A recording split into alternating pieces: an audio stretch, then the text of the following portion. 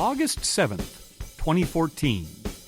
From El Cajon, California, this is episode 53 of You Can Bet on That. Hi, everybody. Welcome to You Can Bet on That, a podcast for the recreational gambler. My name is Mark Duvall, and sitting next to me is Dr. Mike. Hello. Welcome back, Mike. Thank you. Geez, 3 weeks between episodes. I think this is our longest break. Yeah. And it's a little odd sitting here doing the show now. It's been so long. We had stuff to do, weddings. Wanted to see Hawaii before it was gone. Yeah, exactly. That's right. And how's your back? The back is better, but not 100%. I'm still numb a little bit, All right. But I think my craps play was on par. You played the other night standing up most of the time. Standing up most of the time felt good. You did good. We did good. Yeah. Good. All right. Yeah. If my play starts to go bad, I'm going to throw my back out. You'll have to pound on my back. Yeah, we've talked about that. Maybe a bad back is the best thing for you. For playing craps. So you went to Mesquite, and we're going to talk about that extensively on this episode. Sure. You went to Mesquite, Nevada. Yep. You got a full report on Mesquite. Good. All right. A lot going on in Mesquite. Really? Wow. Oh, yeah. Who would have known? Let's talk about a couple of news items. Number one, Donald Trump. Last episode we talked about how Trump Plaza is closing. Yeah. And I asked if Trump still had any interest in that because I didn't know if he still owned it or what. Yeah. And he doesn't. It's owned by Trump Entertainment Resorts. So even though it has his name on it, he doesn't run that anymore. Right. He's got like a 10% interest in Trump Entertainment Resorts, basically just so they can use his name. Right. But here's the thing. He is now suing to get them to remove his name from Trump Plaza and Trump Taj Mahal, because according to him, the casinos have just fallen into disrepair. They're just, they've become dumps. Dump Plaza and dump Taj Mahal. Right. So it's a bad showing for him, I guess. Yeah, it makes him look bad if his name's on it. Makes him look bad. Right. So that's like if Howard Johnson's, had some disaster happen in a Howard Johnson hotel. And everyone with the last name Johnson could sue Howard Johnson and say, "You're making us look terrible." Howard Johnson is right. We did go to Trump Plaza, and it was a dump. It is a dump. I mean, it was noticeably run down. Run down. Yeah. And Taj Mahal wasn't. We didn't go there. Yeah, but from the outside, it didn't look very good. Yeah. It didn't look like a Taj Mahal. They put it that way. So I think that's kind of funny that, he's a part of, 10% in Trump Entertainment Resorts just so they can use his name, and he wants his name removed. I don't blame him. Yeah, well. Based on what we saw. He'll probably win that suit. I mean, they'll probably be happy they're going to close it. Well, anyway, Trump Plaza is going away anyway. And they'll just rename the Taj Mahal to. Do they think Trump, having his name on there is a draw? I don't know. No, I'm sure. I can't imagine these days. No, I'm sure it's not. Yeah. I mean, unless you knew Trump was sitting at a table and you get to talk to him. Would that be incentive? Or would that also, drive people away? I just like to walk by him and laugh at his toupee. That's right. Try to grab his hair when you go by. Yeah. That's what I'd like to do. Yeah. Did you hear about this? There was this casino boat. It was the maiden voyage of this boat, the Escapade in Georgia. And it ran aground. It hit some shallow water, I guess, and ran aground. And all these casino patrons were stuck on it. And it kind of made the news. And I think they were on there for like 12 hours before they were finally ferried off by some Coast Guard boats. There was one article I saw where they claimed that gambling continued to go on when they were grounded. And the issue was when they were grounded, they weren't 3 miles offshore, which technically they need to be for gambling to be going on. In Georgia. Right. And they were like... Because there are some states where the boats never leave. Yeah, no, in this case, the law is it has to be at least 3 nautical miles offshore for gambling to take place. But in this case, where they were grounded was about 2 miles offshore. So they were in the illegal zone. Right. But gambling continued to go on. I guess they got some timestamps from like some slot machines, showing that gambling was going on. Playing. And I don't know if there's been any fallout from this, but just well, they could lose their gambling license, right? You'd think, or, they'd be sued or something like that. Because if gambling can, we were talking about this before the show started. If you're the operator of the boat, you want to keep people happy and comfortable because they're stuck on a boat. Right, and they're not getting off for a while. Right, and apparently it was very comfortable. They had the air conditioning running and they were providing free food. But it's like you said, it's like, in order to prevent boredom, it's like, let them play. Right. Well, it's a win-win actually, right? Because you're still winning money and you're keeping them there longer than maybe they want to, so you're going to win more money. Yeah, so win-win. I don't know if that's the right word, because the casino shouldn't be winning anything in this case. But anyway, we'll see if anything happens from that. Well, it'd be funny if they lost their license on their maiden voyage. Yeah, I know. You know what? Some smart attorney will just claim that, look, it would have been a riot had we not let the people gamble and nothing to do. So in order to save lives and, keep people from being stampeded on, we let them gamble. Well, I haven't found that there's been any talk of arrests or indictments or prosecution or anything. Yeah. There was just this one article about how, it looked like gambling was going on.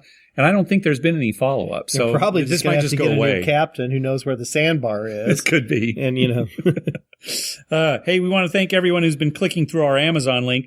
Remember, whenever you're going to buy something through Amazon, go to our page first, youcanbetonthat.com, and click through our Amazon link at the top of the page. That way, when you make a purchase, we get a little kickback that helps cover the costs of hosting the show, and it doesn't cost you a thing. You'll pay the same price just like normal. We got an email from listener Todd today. Let me read it to you, and you can reply. Hey, guys, I'm within a month to heading back to Las Vegas, so I've been practicing a few of my craps strategies.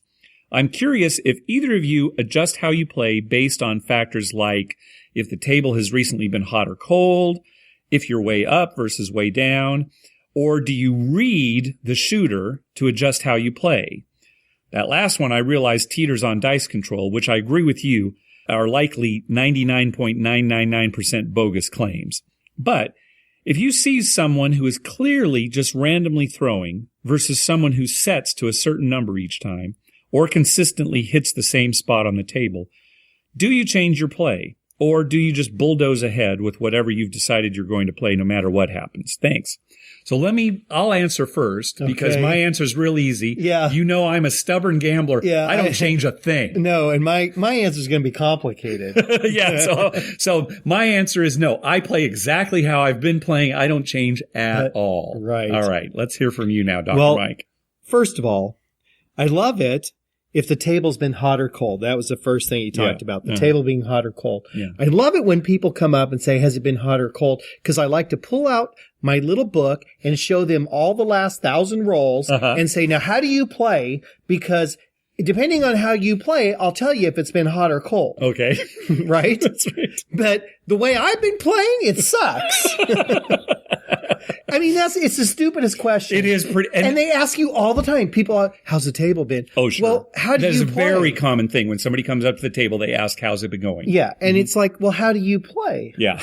I mean, if you're a don't guy, yeah, you might have been doing okay. Or if the rolls are really good, and you're a don't player, well, yeah, maybe it wouldn't have been so good for you. Or if all you do is bet the 12, well, there haven't been very many 12s. So, I mean, how do you answer that question? Well, even if you give them an answer, even if you were to pull out your book of the last 1,000 rolls, so what? Yeah, right. It doesn't mean the next 1,000 rolls are going to be the same, right? Yeah. And my answer to those people is I always look at them and say, it's up and down. Yeah. Which is right. It's always right. That way I'm always right. Yep. And, I don't look like a jerk, like, get away from me, you're an idiot. Yeah. Right. I just it's up and down. It's up and down. Yeah.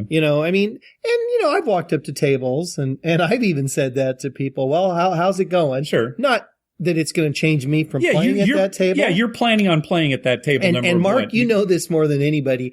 The table I go to is the emptiest of all the tables in the pit. Me too, yeah. I always go to the emptiest one because I like a not as big a crowd. Right, I like a lot of room, yeah. I like a lot of room. So I go to that table, and, the only thing that would deter me from that table is if, it's like $100 limit table or something. Right, or you actually saw that there were some drunks at the table, or, or something like that. Something going on, yeah, right? Yeah, right. And very occasionally, there's a dealer or someone that I just don't like to play with. Sure, something and like I've that. avoided a table because of that. Yeah. So you're going to play no matter what. But you might ask generally to get a sense of how people feel at the table, right? Because that's actually something that can affect your enjoyment of how to play, right? Right, exactly. I think we mentioned on a few episodes ago when we were at the World Series of Poker, and you went in and I stayed, and remember I said there was that one guy that was so negative. Yeah. I mean, he complained about people buying in. Yeah. And I mean, it was in between rolls. He complained about people buying. Well, when are they supposed to buy in? Yeah. You know,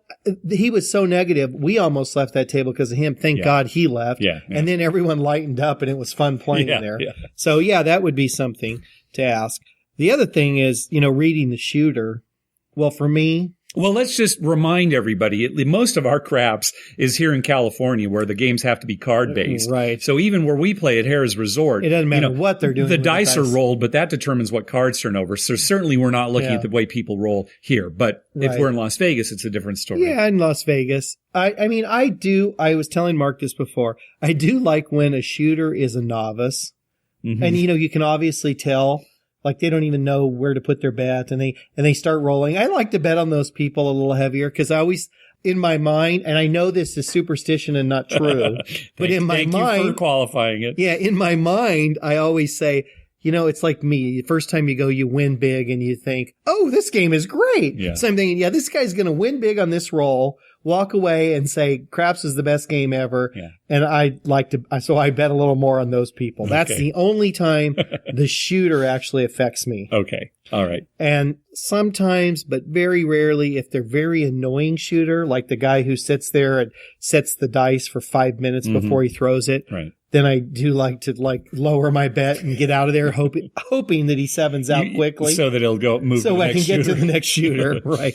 You'd always bet the don't on that shooter, Mike. That's just bet the don't. Yeah, I could do that. I don't bet the don't because I just don't have as much fun. I understand. I've been betting the don't almost exclusively these days, and I'm able to have fun, but it's funny because we stand next to each other. We play totally opposite.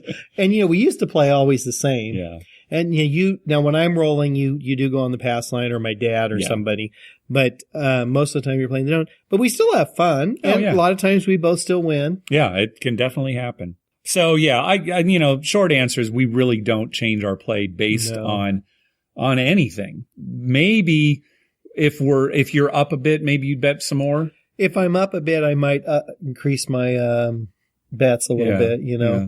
And you've seen me.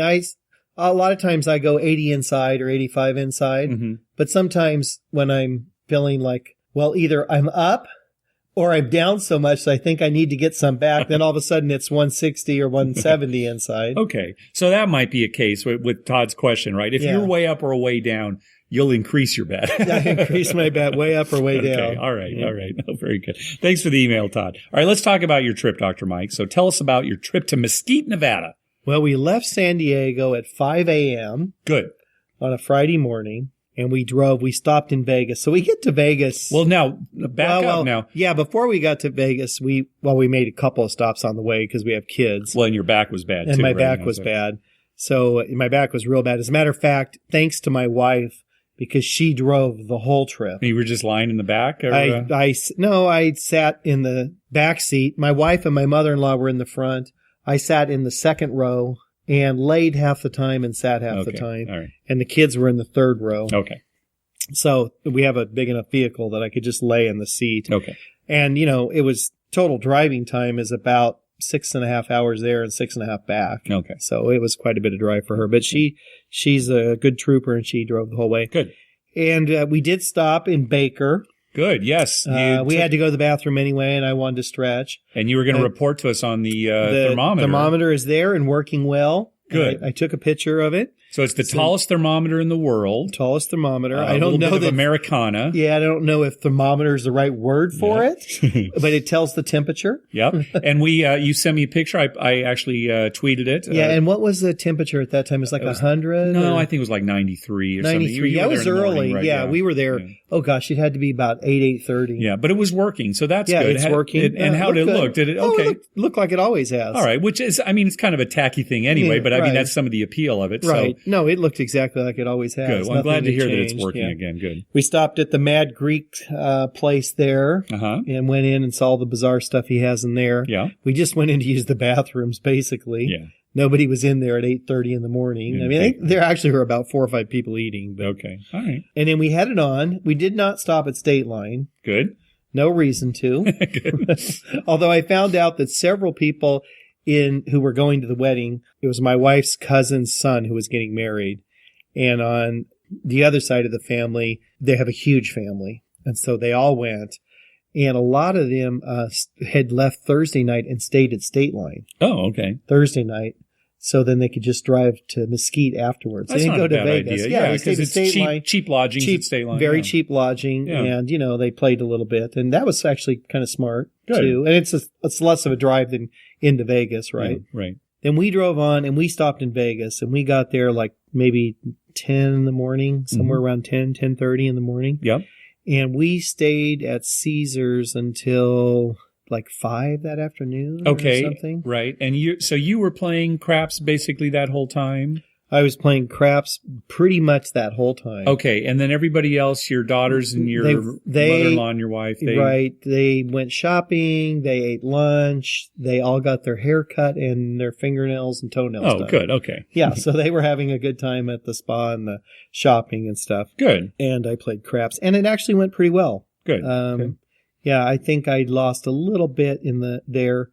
So then we left and we proceeded on to Mesquite, and people said it was 90 miles in an hour and a half, but I could almost swear we got there in about an hour. Okay, good. So I think it was more like 60 miles. And actually, I had asked a dealer at the craps table at Caesars that morning, and he said that it was 70 miles, and he lived kind of near there. And he said at one point they're doing road construction and they have it down to 1 lane. So he said, but if you get there before like rush hour, like people going home or going to Vegas, you probably won't have a problem. And we didn't. We drove right through it, but it did go down to 1 lane. Okay.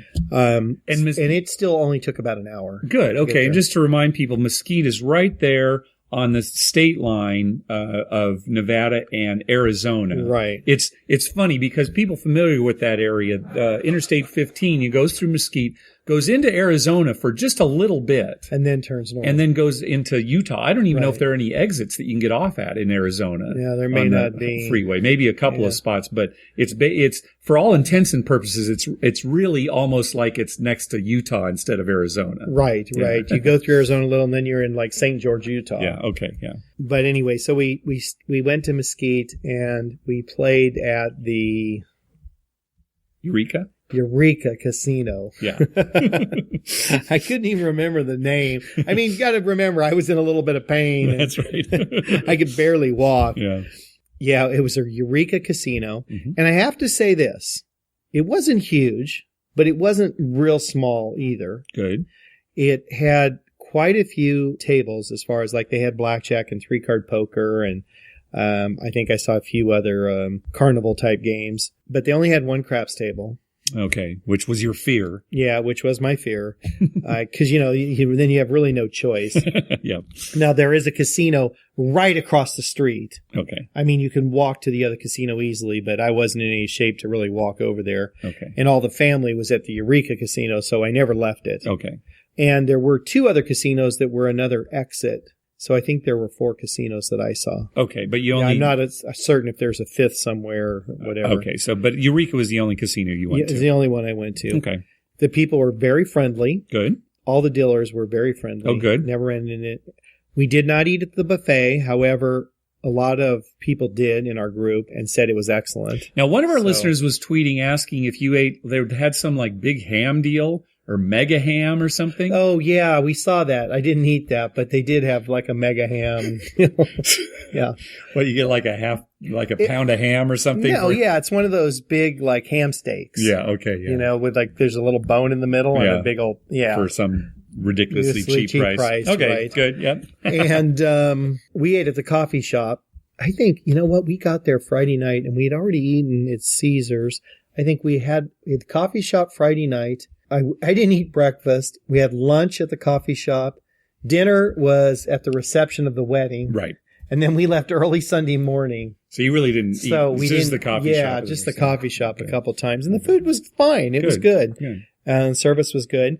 When I joined their players club, I was immediately given a nice travel mug.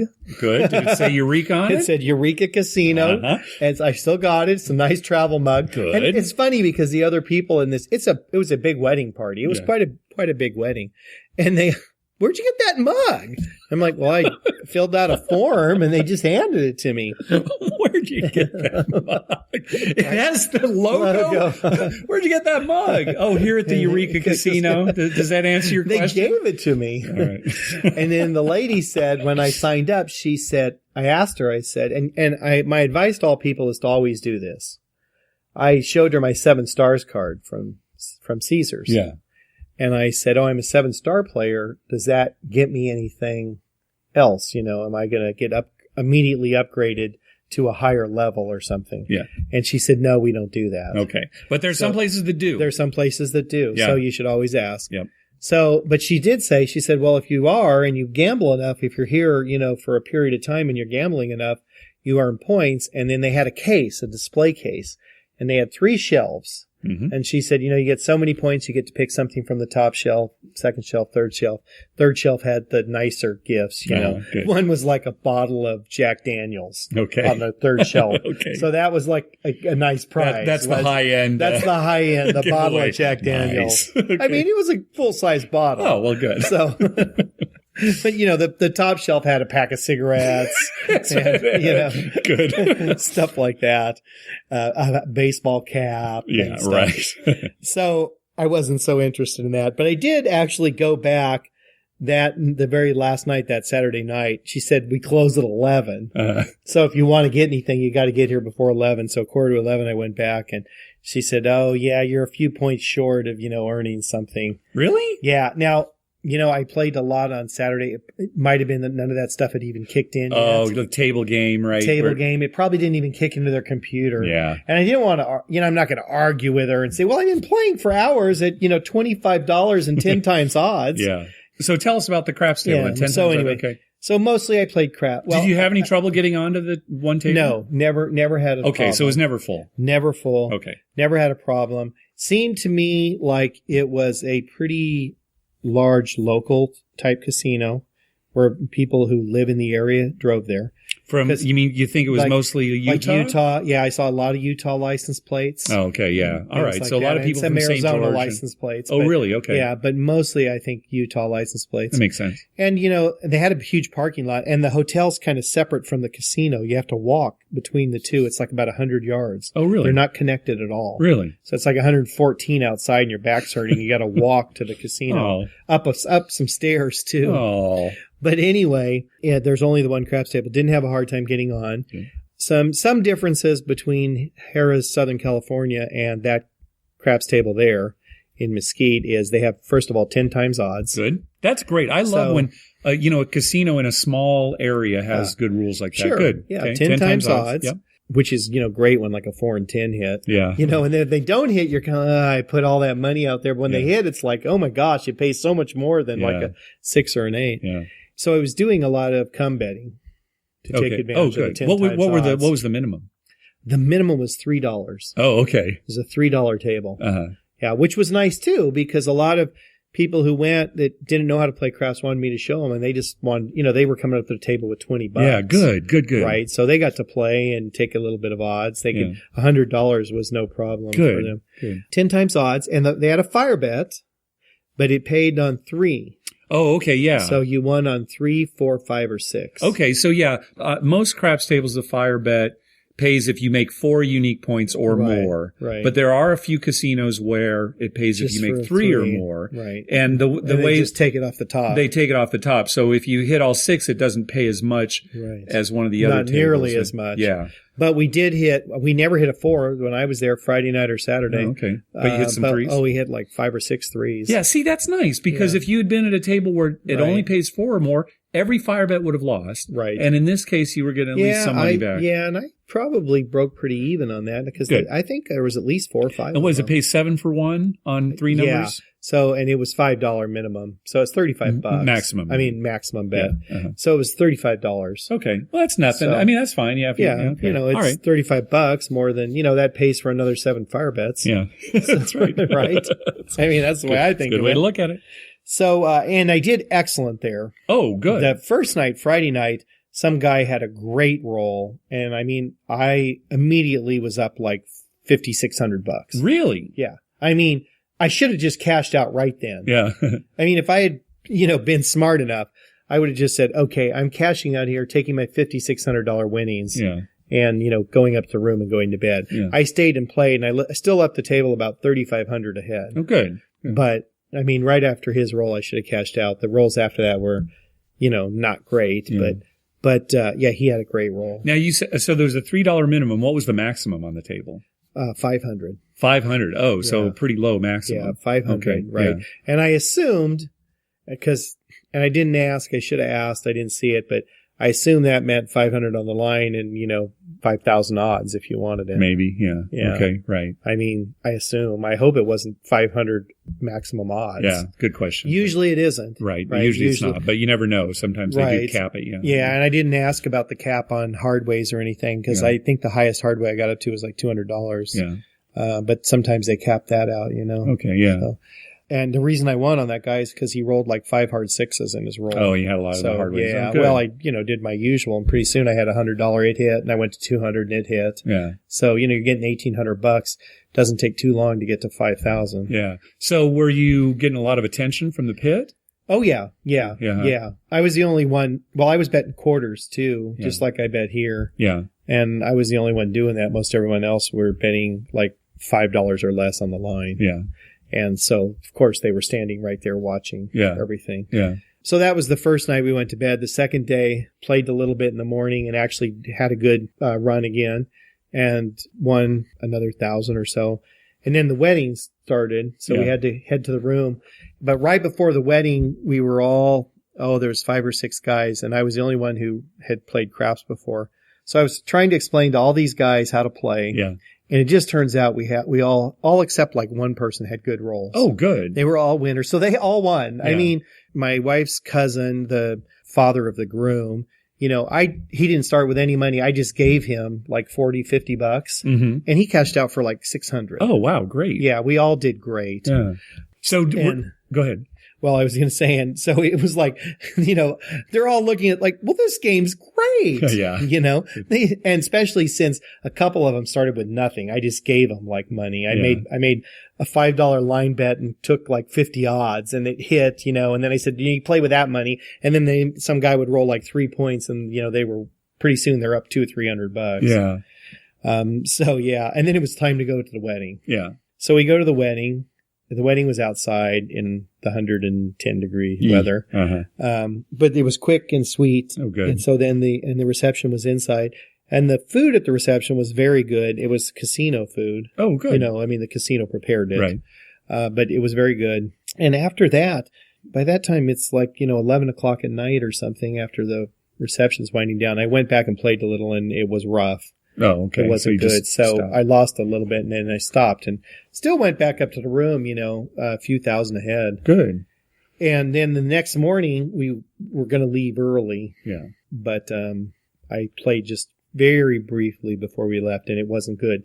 But the funny thing is there was one dealer on the craps table. One for the whole table? One dealer? One dealer. How'd that work? Well, they closed half the table down. Okay. And they had him on his side. Yeah. And it was just like 2 other guys and me. Uh-huh. And whoever was shooting would roll to the other side.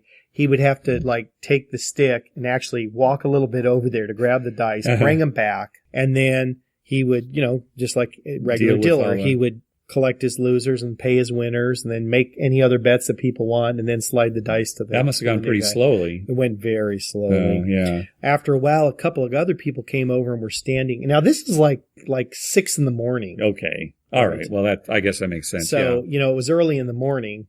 But then a couple other people came over, and the pit boss was watching me because I was playing big again. Yeah. And he went and found another dealer, I guess, who knew how to deal craps. Okay. And so they opened. Now they had 2 dealers, no stick man, just the 2 dealers. Okay. Switching the stick back. Yeah. And the other 2 guys joined in and they played. Because 5 guys on that one side would have been number 1 crowded, but number 2 terrible for the guy having to deal it. Yeah. Well, this was a Sunday morning, right? Probably Sunday morning at 6 a.m. Nobody's at the crap table. So, right. So one dealer's good enough. Right. But I guess they want to keep it open all the time. Yeah. So did they offer you a lot of comps when they were watching? No, they offered none. Nothing? Nothing. For how you were playing? Nothing. And the pit was watching you? The pit was watching me like a hawk the whole time. Because, all of a sudden I'm $5,000 up and they're thinking, oh, great, we're going to take a beating.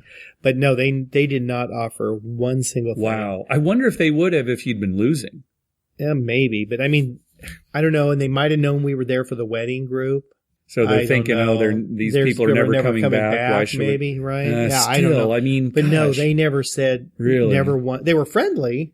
Okay. But they never said, if there's anything I can do for you. Yeah, when I gave my card, they said, oh, thanks. And they, and then handed it back. Here you go. Good luck. Wow. It was never anything like, well, if you need anything, you want a meal. So you didn't get your room comped or anything? No, we didn't get the room comped or the food. Now, the room was $50 a night. It was still, they probably don't see players like you very often. No. Right? I'm surprised. No, yeah, they did not comp the room or any of the food. Yeah. So, but, we were there for the wedding, so I wasn't going to make a big deal out of it. So, tell the listeners what you had to do when you cashed out.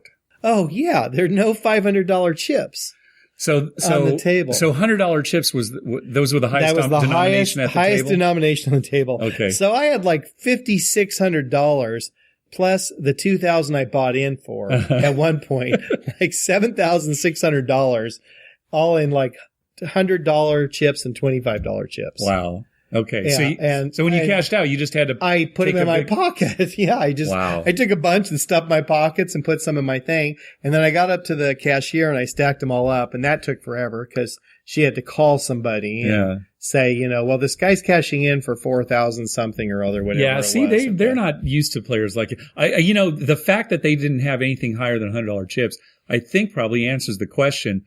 What would be the max odds you could take? I bet if you made a $500 line bet, I bet the max odds they let you go is $500, even though it's 10 times odds. Yeah. Because how are you going to put $5,000 out there? Stacks of quarters. The guy can't roll without knocking them all over. There's so many. Man. Yeah, that's true. I didn't think of that. But yeah, I should have asked. I just never thought of it. But yeah, they probably do. It probably was a cap. 500 was probably the cap on odds too. Did you hit the table maximum while you were there? No. Okay. No, I did get, I was making come bets. Oh, that's right. You said come. Yeah. Okay. Almost exclusively. Yeah. I mean, had I been placing it and that one guy had a great roll, I might have easily bumped it up. Yeah. But all I was doing is increasing my, come bet.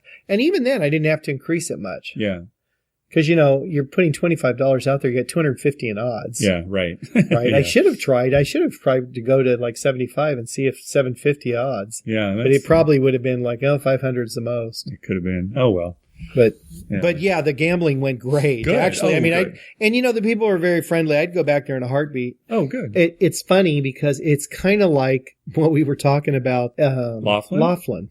Yeah, right? It's funny. Mike and I were always kind of talking disparagingly about Laughlin because we've been a couple times and there's nothing special about it, right? It's kind of, crummy in a lot of ways. But we've been talking lately. We said we should go to Laughlin a lot because, we like going to Vegas, but we don't really go for a lot of the Vegas-y stuff. Yeah, we're going to gamble. So, we're getting all these offers for them to fly us to Laughlin for free. We should just go because you can gamble there. Everybody goes to bed at 8 o'clock. Right, at 8 o'clock. I mean, it's all empty. We have the tables to ourselves, right? Which is what we love. Yeah. I mean, some people don't like to roll every time. We'd be fine just the two of us. Yeah, a lot rolling. of people prefer crowded tables. Yeah. And I just assume it'd be just the two of us or maybe, a couple other people. I liked in Elko or in Mesquite when it was like 4 or 5 people. Yeah. It was fun because every fifth roller's you. And it's just a whole different atmosphere. Yeah. And you kind of root for each other. Yeah. There's only 4 of you. Yeah. Oh, good. Well, I had a good time. So, and then,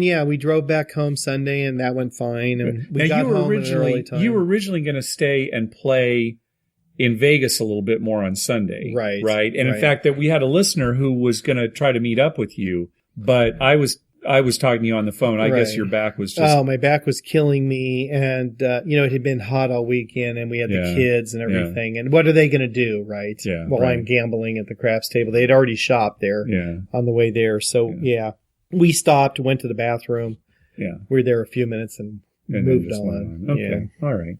And good. So I should say the reason we stopped is because I got off at downtown and took the kids through downtown and then all the way up the strip by the Stratosphere. Oh, so they could see the strip and whole everything. Strip. And you were probably there pretty early in the morning. Oh, it was early in the morning. Okay, so not a lot of traffic. Oh, none. Oh, good. Yeah, I think we were going through there at like 8:30 in the morning or something. Yeah, good. All right. Now, the most important question.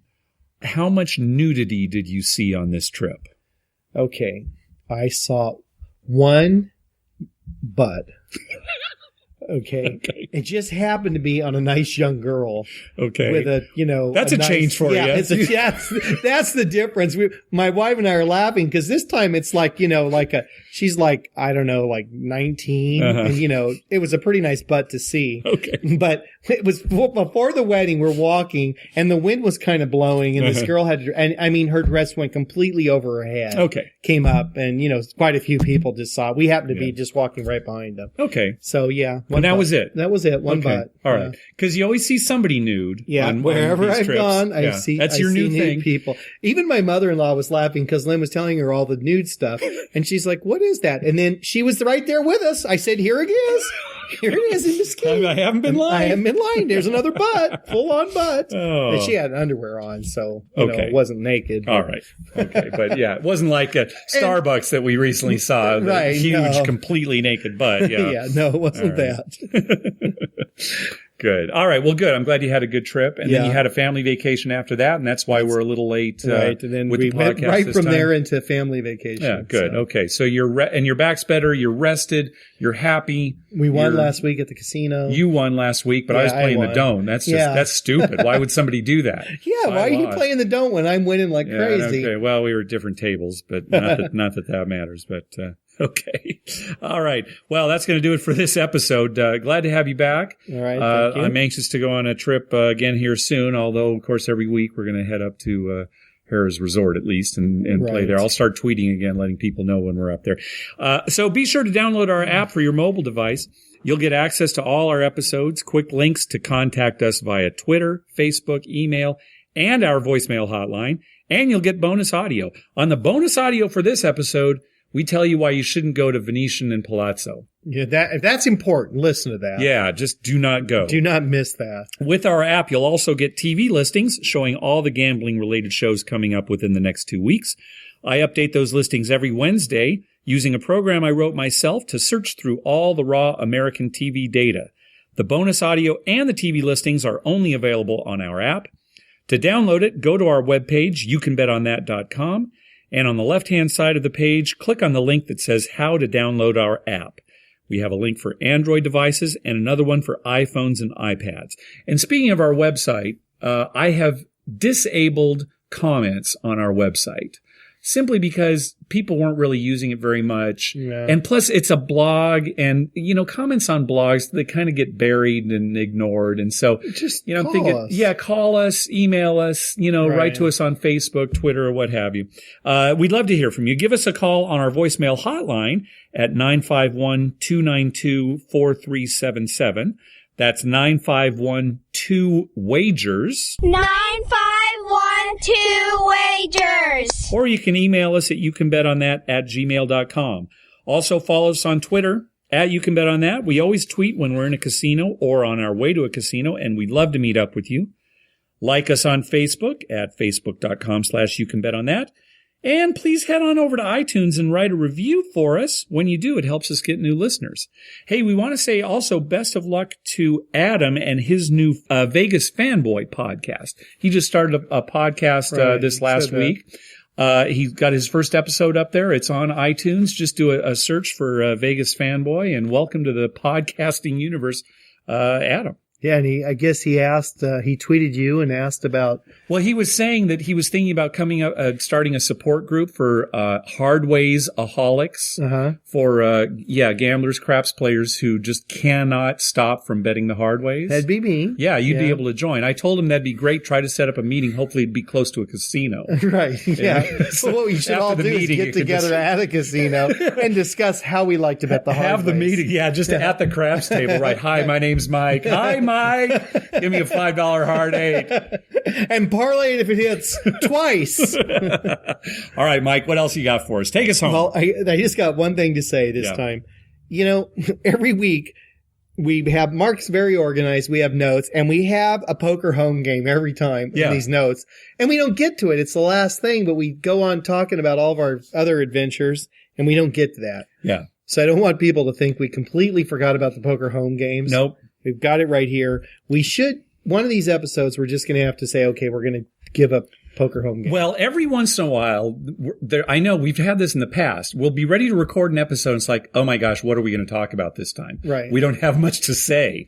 That's the one where we're going to drop in a poker home game and some other stuff. It never happens because we go on and on about other stuff. Well, not always. Sometimes we have nothing to say. It just happened this week. You know, we've been off for 3 weeks. You went on a trip. Anyone who knows us know we always have something to say about something. Even if it's the same stupid old thing. Yeah. Even if it's some stupid new thing, we do have a lot to say. That is true. Okay, wait, I'm going to say one more thing before we go. All right. Say that! And we'll explain what that means next time. All right, be sure to listen, folks. Oh my gosh, I can't wait for the next episode. Thanks for listening. Good night.